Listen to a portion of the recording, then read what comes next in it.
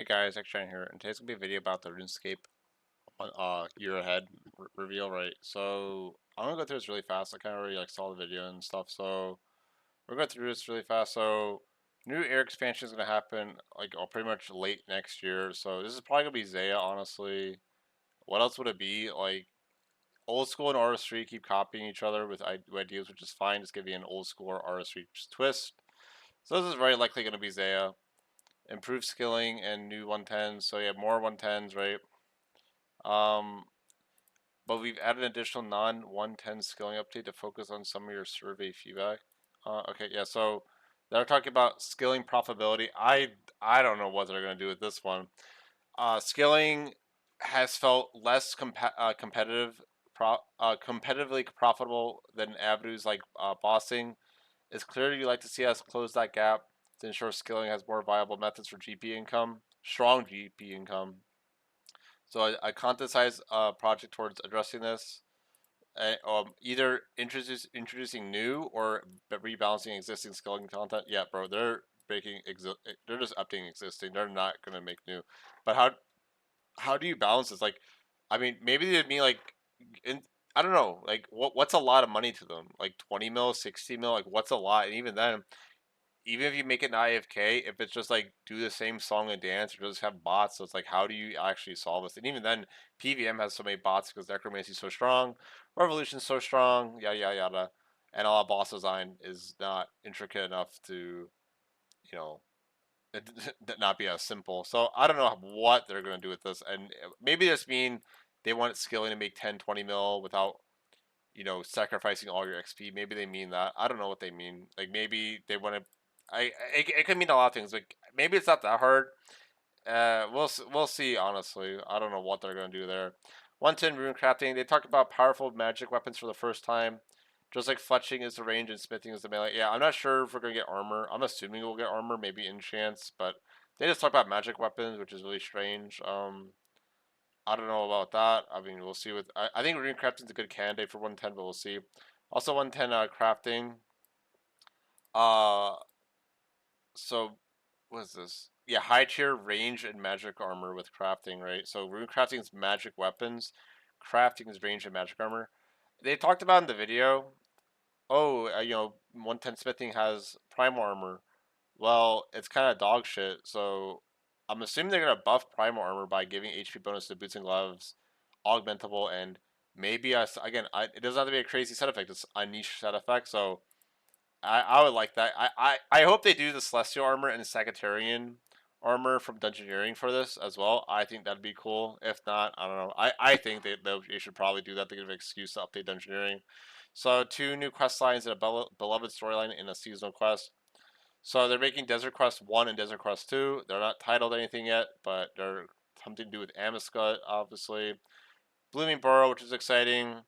Combat Mastery achievements, guys. So I don't think these are gonna be that hard. Like what are they? Like defeat Nakatra without getting hit once by the square bomb mechanic or the waves, or kill both dogs but without Nakatra healing. Like I don't think they'll be that hard. They're probably just things that like someone like me can even do, right? And it's like I'd laugh if it was something stupid like kill this boss in 1 second. It's like I hope it's like,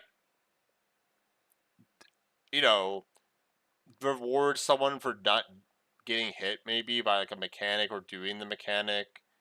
Um yeah, I don't know if there's gonna be some title or like some other stuff, but yeah, this I already know the leech sellers are going crazy over this because at the end of the day, I'm never too crazy about this because, bro, this is gonna be like old school where all you see is everyone plugging in their stream. Contact my Discord and buy PVM achievements, and then they're like the same people who say this game needs PVM achievements. It's just because they want money, bro. It's like it. I just don't really care much about it, to be honest. So Amescot Showdown boss encounter. It's gonna be an end game level boss encounter. So Zamorak, but Zamorak honestly to me isn't even that hard. Call me and full of myself. Um, so I hope there's no enrage. I honestly just hope this is one mode though. But yeah, knowing Dreadix will probably make enrage, but I'm not a big fan of it. So this Necromancy Conjure, they actually did I suggested two ideas. When I look at this guy, this knight, right? I think of either Vesta Longsword, so I think of armor piercing, or like maybe like the armor, the unit's tanky, you do more damage. Or I was thinking, okay, well he's a paladin, he protects you, right? And that's what they did, which is kind of crazy. And the reason I'm surprised they did this is because Necromancy already has so much sustain from the ghost, helps you absorb some damage while using Necromancy, and it auto attacks probably, and turn some of that absorbed damage back onto your enemies with its command ability.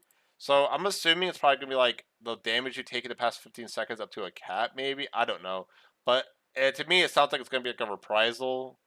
But also, is it the fact that it reduces damage? We already have the ghost, so like, bro, it's like, are we really buffing Necromancy, guys? Like, I hope a nerf comes before September 2nd, but knowing Jetix, no, because it's just too hard to minus 30% on all of the abilities. Apparently, it's just too hard. This is the scaling boss we're getting. What? Um, so this is coming out in September. So next month. This is what annoys me. So the scaling boss gets a quest on the 16th. Then the boss comes out next week. Why didn't they do that with the Sanctum? Because that's why I honestly don't even care about like, oh, who did the first this, because it's like, well, first off, the combat 6 should be imbalanced and easy, but second, I don't like that it's just a race of like, oh, who completes the quest by spacebarring. It's like, can I enjoy the quest without feeling like it's a rush? Like, can we start really, if we want to tag a quest along with content, can we please just make the quest and then the update comes out next week, please? Like, it's the same thing with Necromancy. Razor should have came out like a month later, and they would have been able to see that, oh, Necromancy's pretty broken, and they probably would have buffed Braziel. But yeah, I don't know. I just get confused because there's conflicting balancing and release philosophies. Like, clearly, whoever's making this was like, let's make the quest so people don't rush, and then the boss after so people can do the boss right away. Like, I don't know. It's just very strange. You can just tell different people work on it. New Slayer creature, guys. So subterranean cave. So what, underwater? A subgroup of Scarabray. So it's probably east of Metaphos. Um, we need a drop to create the Necromancy Slayer home. Early October. So the 10th, so 2 months from now.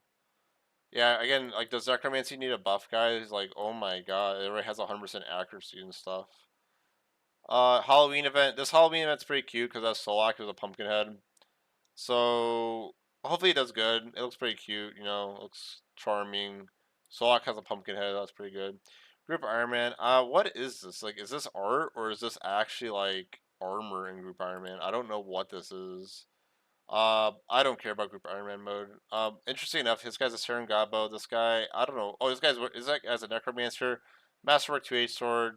This guy, this guy is using the tier 95 wand with an Imperium core, guys. What the? Is this a leak of the magic update, guys? Are they gonna make Imperium core good? Imagine that. They could do something like that. You know that? Because because you only need a wand to have the reset effect and corruption stacks. Having the dual wield allows you to have 30% more bleed damage. So what if the Imperium core was actually a thing, guys? In company, that'd be funny. They might do that. This might be a teaser, guys. This might actually be a message. It's like going to a historical site and seeing a painting, and it's actually a hint on what to do. So kind of funny. One type of cutting and fletching. Masterwork range weapons, so probably tier 100 as well. Maybe we'll do something different. Who knows? Um, Desert Crest one, like I talked about. So Odia the Devoured and Fight Club is required to complete it. This December too, which is pretty good. Christmas Village is coming out. Black Party that's coming back. I don't know how it's worth 40 bills still. And yeah, I guess that's really it. If we quickly go through this video, like, yep, yeah, I think that's really it. Like, yeah, that's pretty much it. This guy did a good job, and yeah, I mean that's pretty much it, guys. So yeah, I mean overall, Bro, Necromancy is just get nerfed. That's all. That's my feedback. Necromancy needs a nerf before the end of the year. Thank you. Bye.